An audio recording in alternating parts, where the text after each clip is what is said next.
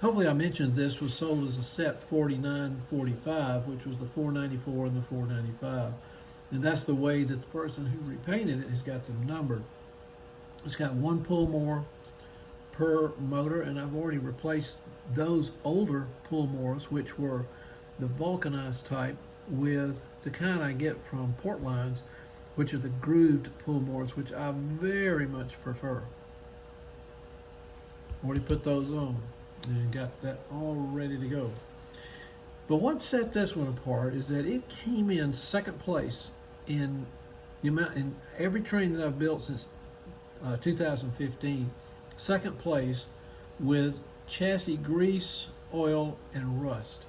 I have never, well, only one other time have I seen more grease attempted to be packed in to the gearbox than this one. And that was my own 484. As a matter of fact, the grease was so tightly packed into it, the 484, and had solidified that when you took the chassis off, you couldn't even turn the axle by hand. I had to soak it first, even to free it up so that I could even just move it. It was pretty incredible. So the motor's cleanup work and most of the work was dominated by just excess grease, oil, and carbon dust. The brushes are evenly worn, and they're not excessively worn. So I'm going to let them stay on. You can see the back ones right there, and not replace those. But again, I did use the pull mores.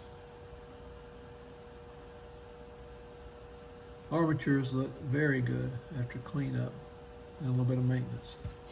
So the final assembly steps are going to take place, and eventually you'll see this one on Railhead test. I'll be running both the A and the B unit in that one coach that I have, and I'm hoping the best for it because so far it looks really, really good. Oh, the other thing I noticed is that even with its age, it does not have any wiggle to give any hint that there's a problem with the bushings on these axles becoming oblong.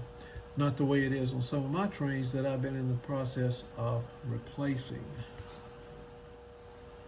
I think I've got a pending question out on my YouTube channel about some of the processes I use on cleaning and maybe even the solvents. But when I'm cleaning up something that is as nasty as this was, and even the 484, I use a stepwise process that is first the physical removal of as much grease, oil, carbon dust that I can by using simply a number 11 X-Acto knife to scrape it out. I believe in saving the more expensive tools and techniques and solvents for later stages.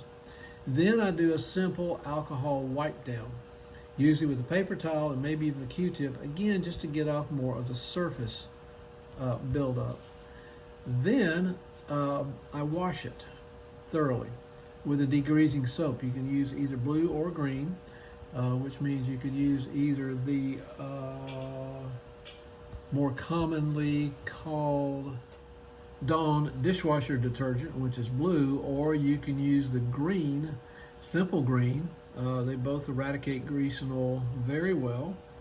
Then I bring it back to the bench, wipe it down again with alcohol. Then, and the most expensive solvent is I put it in a tin pie pan and go over it thoroughly with a gentle blast of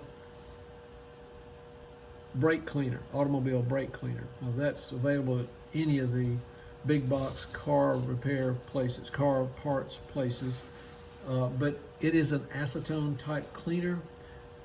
It certainly beats what I used to use a long time ago to clean my guns when I had some, in which I had to use acetone just out of a can, and that was pretty awkward and probably risky. But since they put that into aerosol, it's just made it great because you can blast these chambers out pretty good, but you don't even have to use it at full strength. That is the blasting power. You can just gently squeeze the handle and let it go to work. Bring it back to the bench one more time for a 91% isopropyl alcohol wipe down, and then the polishing of the contact wheels, then the final removal of the old pull more and the installation of a new one. Then and only then do I start the axle lubrication. And when I say start, I'm starting with a grease oil to lubricate these bushings first. After I get these on, the wheels back on, or specifically this one, I take it to the railhead and I simply push it around a little bit.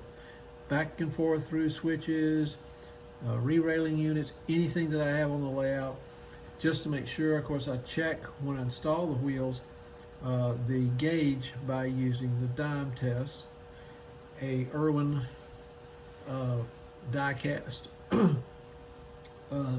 vice grip, and some commonly used tools around the shop to make sure the wheels are squarely on the axles.